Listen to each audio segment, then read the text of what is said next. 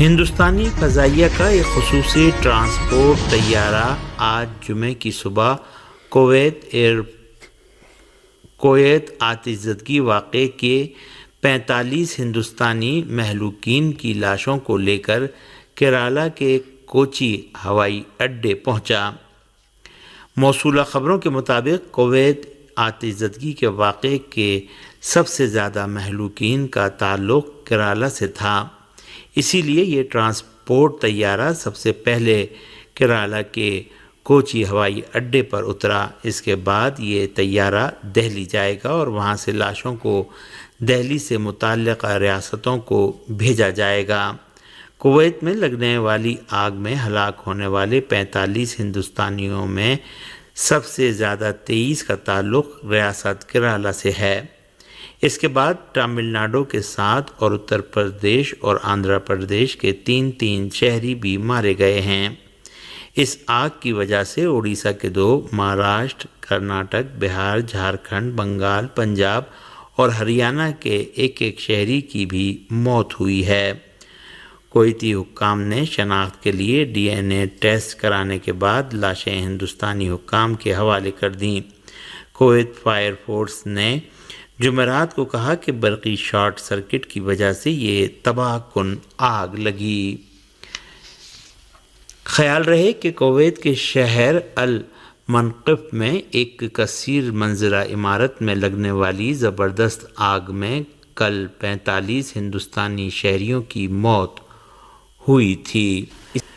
Session court اسلام آباد نے بانی PTI اور دیگر کو لانگ مارچ میں توڑ پھوڑ کیس میں بری کرنے کا تحریری فیصلہ جاری کر دیا ہے۔ ڈسٹرکٹ اینڈ سیشن کورٹ اسلام آباد کے جوڈیشل مجسٹریٹ نے 9 صفحات پر مشتمل تحریری فیصلہ جاری کیا ہے۔ عدالتی فیصلے کے مطابق مقدمے میں کہا گیا ہے کہ ملزمان نے لانگ مارچ کے دوران پولیس پر حملہ کیا۔ حیرت کی بات ہے کہ حملے میں کوئی بھی پولیس افسر زخمی نہیں ہوا۔ ایسا ممکن نہیں کہ 100 سے 150 افراد حملہ آور ہوں اور کوئی زخمی نہ ہو۔ تحریری فیصلے کے مطابق مقدمے میں PTI قیادت پر مظاہرین کو اکسانے اور معاونت کا الزام لگایا گیا۔ مقدمے میں یہ نہیں لکھا گیا کہ PTI قیادت نے کس اقدام کے ذریعے اکسایا۔ مقدمے میں پراسیکیوشن کی جانب سے گڑھی گئی کہانی شکوک و شبہات پیدا کرتی ہے۔ عدالتی فیصلے میں حکم دیا گیا کہ بانی PTI عمران خان، شاہ محمود قریشی اور دیگر جن کا ذکر فیصلے میں کیا گیا ہے کہ بریت کی درخواستیں منظور کی جاتی ہیں۔ مجلس وحدت مسلمین پاکستان نے پاکستان کے نئے بجٹ پر شدید تنقید کی ہے۔ چیئرمین مجلس وحدت مسلمین سینیٹر علامہ راجہ ناصر عباس جعفر کے پاس کوئی آپشن نہیں ہے۔ انہوں نے مزید کہا کہ بجٹ میں غریب کے حق کو پامال کیا گیا ہے۔ ان کا کہنا تھا کہ اس بجٹ سے عوام کو غریب سے غریب تر اور اشرافیہ کو مزید امیر بنایا گیا ہے۔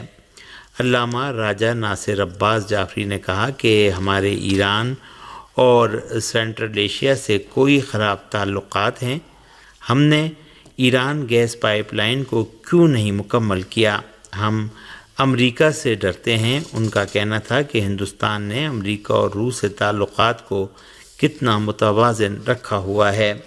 اس دوران اپوزیشن کے ارکان نے بھی بجٹ پر احتجاج کیا۔ بجٹ کی کاپیاں ڈیسک پر مارتے رہے۔ حزب اللہ لبنان نے اپنے ایک کمانڈر کی شہادت کے جواب میں صہیونی حکومت کے ٹھکانوں پر میزائل حملوں اور گولہ باری کی خبر دی ہے۔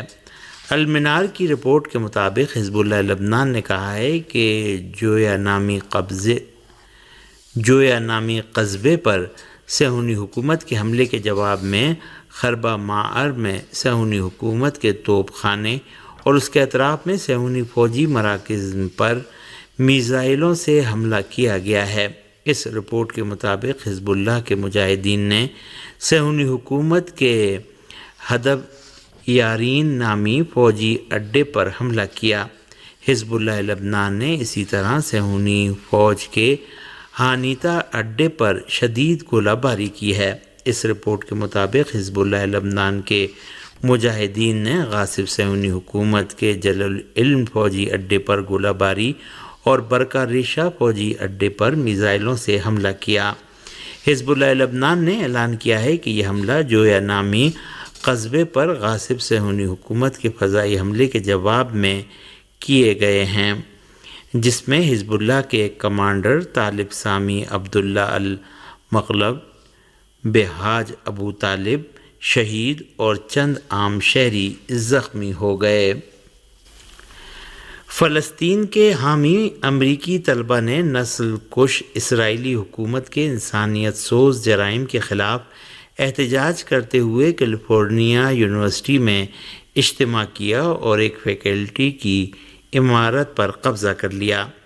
امریکہ میں فلسطینیوں کی حمایت اور جار اسرائیل کی مذمت میں طلبہ کے احتجاج کے دوران کیلیفورنیا یونیورسٹی کے طلبہ نے پچھلے کئی ہفتے سے صہیونی فوجیوں کے ہاتھوں فلسطینیوں کی نسل کشی کے خلاف احتجاج کا سلسلہ شروع کر رکھا ہے۔